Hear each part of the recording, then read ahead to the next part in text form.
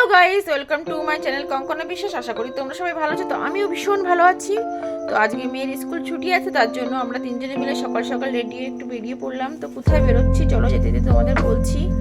তো আমি যাচ্ছি, মেয়ে যাচ্ছে আর ও যাচ্ছে, তিনজনে মিলেই যাচ্ছি। তো চলো। তো দেখো যাচ্ছি রাস্তায়, আর প্রচণ্ড ঠান্ডা হাওয়া দিচ্ছে, তার জন্য আমি মুখে কাপড়টা বেঁধে নিয়েছি যাতে ঠান্ডা হাওয়াটা আমার মুখে না লাগে। তো যেতে যেতে রাস্তায় দেখো, রাস্তার ধার দিয়ে আর কি জল, আর জলের মধ্যে গাছ, কি সুন্দর লাগছে না?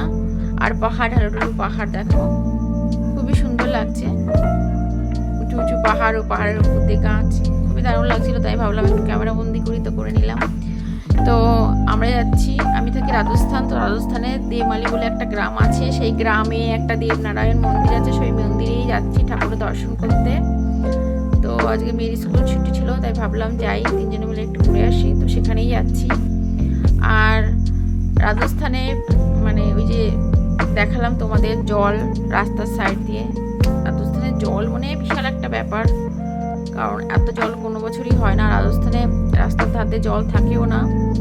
এবছর প্রচুর পরিমাণে বৃষ্টি হয়েছে, তার জন্য রাস্তার সাইডটাতে এরকম জল, আর জলের মধ্যে গাছ আগেই ছিল, জল হয়েছে তার জন্য গাছগুলো, অনেক গাছ আবার মারাও যাচ্ছে, আবার কোনো কোনো গাছ বেঁচে আছে, তার জন্য সুন্দর লাগছে। এই দেখো, আর ওই যে উপরে নীল আকাশটা রোদ্রে মানে জলের মধ্যে পড়েছে, খুবই সুন্দর লাগছে।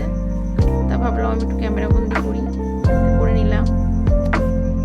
এই দেখো ওই সাইডটাতে আবার পাহাড়, কি দারুণ। তো দেখো কথা বলতে বলতে তোমাদের সাথে চলে আসলাম মন্দিরে। তো মন্দিরে গেটের ভিতর ঢুকলাম। ওই যে উপরে মন্দিরটা দেখাচ্ছে প্রচুর উঁচুতে। তো যাচ্ছি সিঁড়ি দিয়ে, এই সিঁড়ি বেয়ে উপরে উঠতে হবে। তো দুই সাইডে বড় বড় পাথর, আর পাথরের যে ফাঁকাটা ওর ভিতর দিয়ে গাছ উঠেছে, তো ওই জন্য জঙ্গল দু সাইডটা, সিঁড়ির দুই সাইডে জঙ্গল। দেখো পাথর, বড় বড় পাথর। তো আমার মেয়ে আবার এখানে একটু বসে নিল, ওর কষ্ট হয়ে গেছিল অনেকটা উঁচুতে। তো অনেক উঁচুতে উঠে দেখো ভিউটা কি দারুণ লাগছে। তো সবার উপরের মন্দিরেটা এসছি, এখানে অনেকগুলো মন্দির আছে, দুটো তিনটে, সবার উপরটাই আমরা এসেছি ফার্স্টে। তো এই দেখো এখানে একটা বরদান আছে, মানে একটা দারুণ ব্যাপার, সেটা ওদের বলি। এখানে যে দেবনারায়ণ যে ভগবান, মানে উনি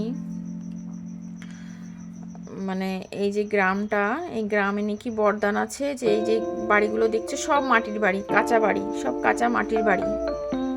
তো এই দেখো সব কাঁচা মাটির বাড়ি। এখানে নাকি ঠাকুর বরদান দিয়েছে যে এখানে সব কোনো পাকা বাড়ি বানাতে পারবে না। কিন্তু রাজস্থানে কাঁচা বাড়িটা মানে একটা দারুণ ব্যাপার, কারণ না রাজস্থানে ধনী বড়লোক যারা আছে সবারই ছাদওয়ালা পাকা বাড়ি।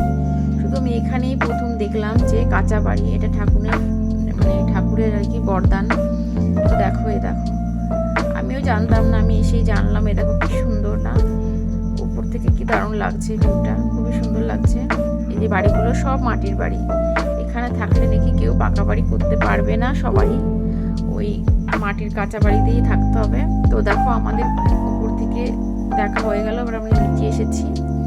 ওখানে আর একটা ভুল হচ্ছে আমাদের, যেটা হচ্ছে এখানে যে দেবনারায়ণ যে ঠাকুরটা আছে, এখানে অনেকগুলো মন্দির আছে। তো এই মিডিলে যে মন্দিরটা ছিল, এখানেই ওনার মানে পুজো হচ্ছে, আর এখানেই সবাই প্রসাদ চড়াচ্ছে। তো আমরা ভুল করে উপরে চলে গেছিলাম, জানি না তো, প্রথমে এসেছি আর কি, ওই জন্য বুঝতে পারিনি। দেখো মেন গেটটা।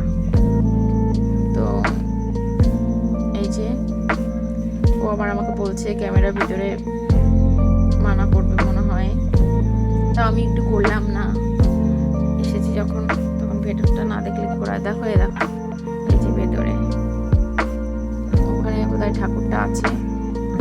তো এই যে,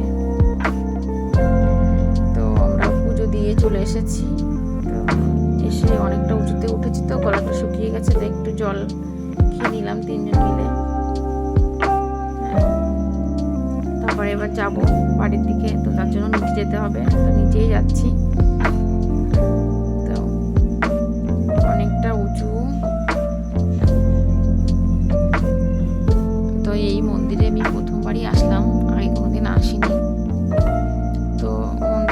সাইডে একটা সুন্দর জায়গা ছিল, তো দেখো খুবই সুন্দর। তো আমি এই জায়গাটা সুন্দর দেখে কিছু ফটো তুলে নিলাম আর রিলও বানিয়ে নিলাম। তারপরে এই যে খিদেও পেয়েছে, খেয়েও নিলাম, তারপরে আবার রওনা দিলাম।